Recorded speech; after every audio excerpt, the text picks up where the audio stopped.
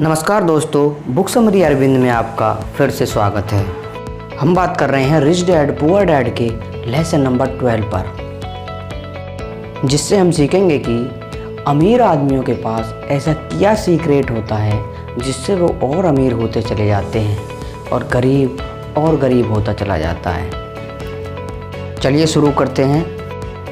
आप ठहर जाएंगे तो चलेगा, पर आपकी सोच नहीं ठहरनी चाहिए, क्योंकि अगर सोच ठहर गई तो ज़िंदगी बिना किसी सोच के गुजर जाएगी। नमस्कार, मैं हूं अरविंद और हम चर्चा कर रहे हैं रोबर्ट टी कियोसाकी द्वारा लिखी गई book rich dad poor dad के लेसन नंबर 12 पर। बात सन 1947 की है। दुनिया की सबसे बड़ी फूड चेन मैकडॉनल्ड के फाउंडर रे क्रॉक ने एक MBA क्लास में स्पीच दी। बहुत ही शानदार स्पीच दी। लोगों ने बहुत तालियां बजाईं, खुश हुए। स्पीच के बाद MBA के स्टूडेंट ने उनके साथ वक्त बिताना चाहा, रिक्वेस्ट की कि थोड़ा टाइम हमारे लिए स्पेयर करें। बातों ही बातों में रे क्रॉक ने अचानक एक सवाल किया, क्या आप जानते हैं कि मैं किस बिज़नेस में हूँ? क्योंकि वो मैकडी को रिप्रेजेंट कर रहे थे तो सभी जानते थे कि आप हैमबर्गर बेचते हैं, फूड बिजनेस में हैं। बच्चों ने वही जवाब दिया। इस बात पर रे हंसने लगे। उनका असली बिजनेस तो रियल एस्टेट का है, क्योंकि मैकडी का चुनाव बहुत ही सोच समझ कर किया जाता है। जहां उनकी फ्रेंचाइजी बनाई जाती थी वो ज़मीन भी साथ ही बेची जाती थी। तो इसका सीधा मतलब था कि फ्रेंचाइजी खरीदने वाले उस वक्त वो ज़मीन भी खरीदते थे। तो इस तरह से ये एक रियल एस्टेट बिजनेस भी हो गया।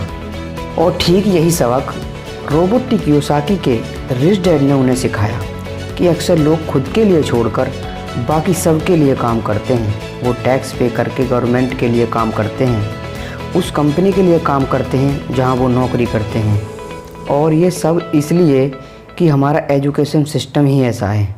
स्कूल हमें एम्प्लॉय बनना सिखाता है, एम्प्लॉयर नहीं। जो आप पढ़ते हैं वही आप बनते हैं, इसलिए हमेशा सही पढ़ें। अगर आपने साइंस पढ़ी तो आप डॉक्टर बनेंगे, मैथमेटिक्स पढ़ा तो इंजीनियर बनेंगे। मतलब जो आप पढ़े वही बने। मुसीबत यह है कि इससे छात्रों का कोई भला नहीं हो पाता। वो नौकरी और बिजनेस के बीच में उलझ कर रह जाते हैं। जब आपसे कोई पूछता है कि आपका बिजनेस क्या है, तो आपको यह नहीं बोलना चाहिए कि मैं तो एक डॉक्टर हूँ, क्योंकि वो आपका प्रोफेशन है, बिजनेस नहीं। वो प्रोफेशन है जिससे आप लोगों की सेवा करते हैं। वो प्रोफेशन है जिससे आप अपना घर चलाते हैं। अमीर बनने के लिए प्रोफेशन नहीं, बिजनेस की ज़रूरत है। कहने का मतलब, आप जो भी करते हैं उसे अपना बिजनेस बनाइए, नौकरी नहीं। अपनी सारी उम्र नौकरी करने के लिए बर्बाद ना करें, बल्कि खुद की ज़िंदगी को खुशहाल करने के लिए खुद काम करें। बहुत से लोगों को इसका एहसास बहुत देर में होता है कि जो उनका हाउस लोन है वो उनकी जान ले रहा है। जो वो उसको एसिड मानते थे वो लायबिलिटीज़ बन गया। जैसे ही उन्होंने कार ली तो उससे जुड़े सारे खर्चे उनकी लायबिलिटीज़ बन गए। उन्हें पूरा करने के लिए नौकरी ज़रूरी है, और अगर वो सेफ जॉब उनके हाथ से निकल गई तो उनकी मुसीबतें शुरू। इसलिए हमें अपनी सेविंग पर, अपनी बचत पर ज़्यादा ध्यान देना चाहिए। हम कितना कमा रहे हैं उससे ज़्यादा हम कितना सेव कर रहे हैं उस पर ध्यान देना चाहिए। और फाइनेंशियली सिक्योर होने का यही एक सिंपल तरीका है। आप कितने अमीर हैं ये जानने का सही तरीका नेटवर्थ इसलिए नहीं है क्योंकि जब भी आप अपने एसेट्स बेचते हैं तो उन पर भी टैक्स लगता है। आपको उतना पैसा नहीं मिलता जितना कि आप सोचते हैं। तो आपकी बैलेंस शीट के हिसाब से आपको जितना भी पैसा मिलेगा उस पर भी आपको टैक्स देना पड़ेगा। अब इसका मतलब क्या हुआ? जो सब कुछ कर रहे हैं वो छोड़ दें, नौकरी ना करें? नहीं, रोबर्ट टी कियोसाकी ये बिल्कुल नहीं कहते कि जो कुछ आप कर रहे हैं वो छोड़ दें। अपनी नौकरी करते रहिए, पर साथ ही एसेट्स भी जमा करते रहिए। एसेट्स, और सही मायने में एसेट्स वो ये नहीं कहते कि आप कोई कार खरीद लीजिए, क्योंकि कार एसेट्स नहीं है। क्योंकि जैसे ही आप सड़क पर उतारेंगे उसका रेट घट जाएगा, उसकी कीमत घट जाएगी। जितना हो सके खर्चों में कटौती कीजिए और लायबिलिटी को घटाइए। तो बड़ा सवाल ये आता है कि किस तरह के एसेट्स खरीदे जाने चाहिए।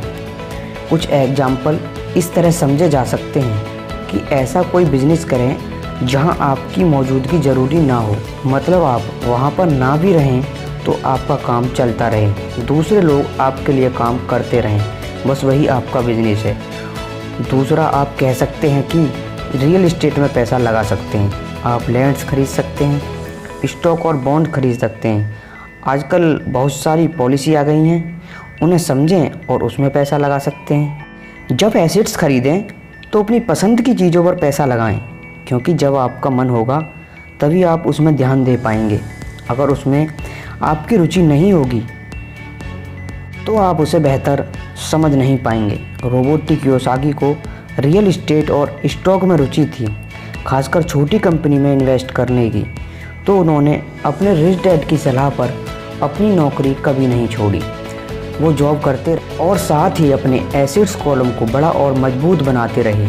उन्होंने अपना कमाया हुआ पैसा बेकार खर्च नहीं किया, उसे सेव किया।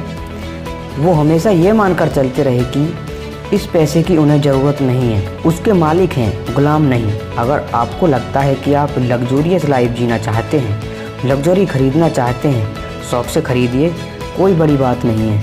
पर जैसे ही आपको ये विचार आए, ये भी ज़रूर सोचिए कि अमीर और गरीब में बस यही फ़र्क होता है। जहाँ पर मिडिल क्लास और गरीब आदमी पैसे आते ही लग्जरी में खर्च करता है, वहीं पर अमीर आदमी उसे सबसे बाद में खरीदता है। तो यही सीक्रेट है अमीरों के और अमीर होने का और गरीबों की बढ़ती गरीबी का। धन्यवाद। अगर आप हमारे चैनल पर नए हैं तो चैनल को सब्सक्राइब करें और बेल आइकन को प्रेस करें और लाइक के बटन पर क्लिक करना न भूलें।